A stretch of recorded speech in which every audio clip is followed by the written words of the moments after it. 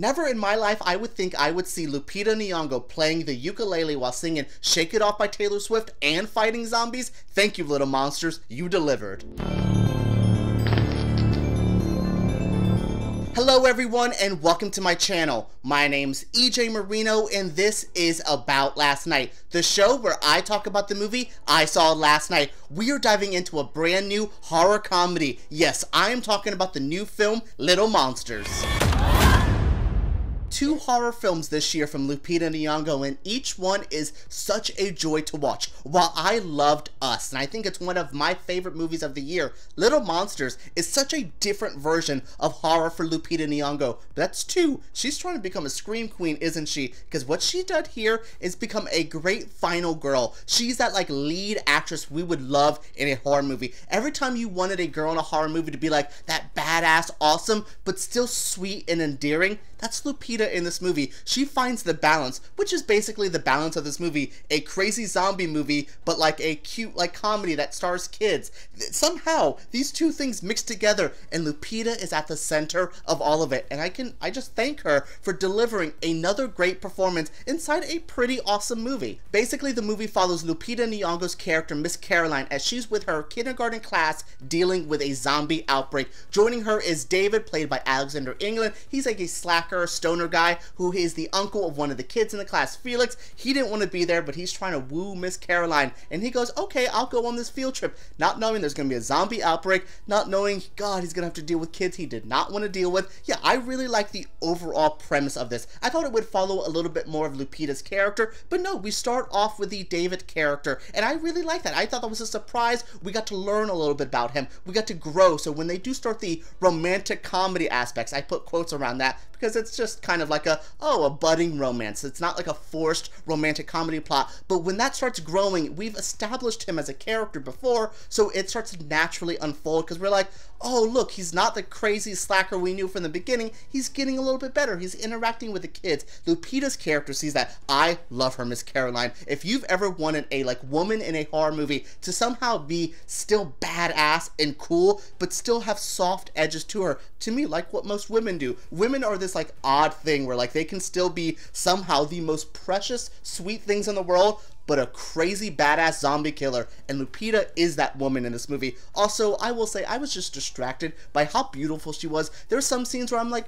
look at her, she's gorgeous. Oh god, there's zombie murders happening. Like, she just captivates me as a viewer, and she does such a great job. She carries this film, honestly. Like, I like all the cast. I think Josh Gad's like villainous character to Alexander England's character. Everyone's cool, but Lupita, her Miss Caroline, I kind of want to go back to kindergarten and have her as a teacher, because she's so awesome in this. With this being a British-American hybrid set in Australia, the humor is really different from like usual comedy films. It has that like kind of Aussie humor that's a little bit more blunt and kind of like crazy. There's a lot of cursing in this movie, especially around kids, a lot of like kind of poor taste jokes, and I actually laughed at all of them. I thought this movie found a good balance in between the cute humor and like all kind of cute endearing moments. I don't know how it did it. This movie really like balances itself, like I said, from the comedic elements to the like fun elements to the crazy zombie elements to the, oh god, is there like a weird military plot? All of it kind of finds itself, I think the military plot's probably the weakest in the movie, but all of it finds itself together in a happy little like zombie sandwich, and I just bit into it and I loved it so much. Acceptable. Max started Max is 5 years old.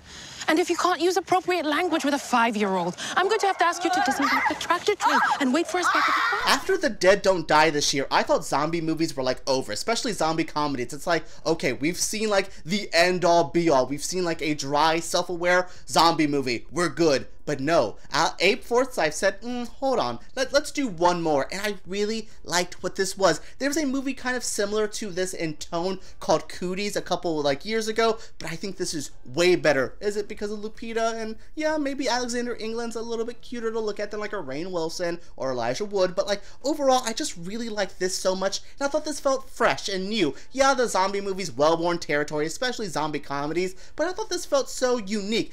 Maybe it's the setting, maybe it's the inclusion of kids, but something about this, I was just like, I'm having a good time. I expected to like this movie, but to walk away loving it as much as I did with the weird humor, all the great practical effects, I was so happy to walk away going, damn, what a good time. One of the best parts of the movie is the music. I kind of mentioned the Lupita Nyong'o singing Taylor Swift at the beginning, but it's not just Taylor Swift. She has her own little like lullaby song she sings. She has the Taylor Swift song she does on the ukulele. We also have the David character singing his own version of Sweet Caroline.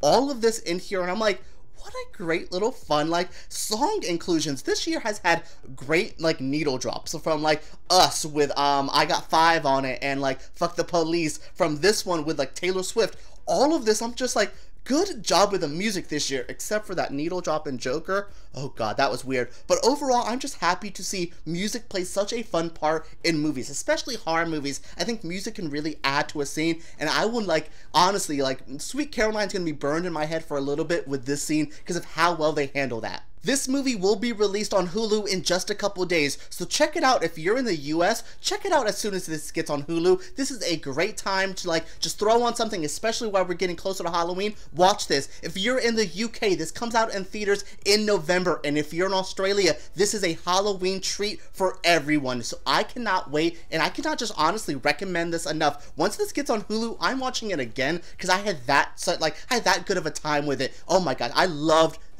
just loved talking about this movie. I haven't seen a comedy that balances its comedic or his horror side so well this year. Like, I wish I liked Ready or Not as much as I like Little Monsters. That is it for my review of Little Monsters. What did you guys think of this review? What do you guys think of this movie? If you have not heard about it, I hope you use this as a recommendation to check it out. I gave you all the ways to watch it.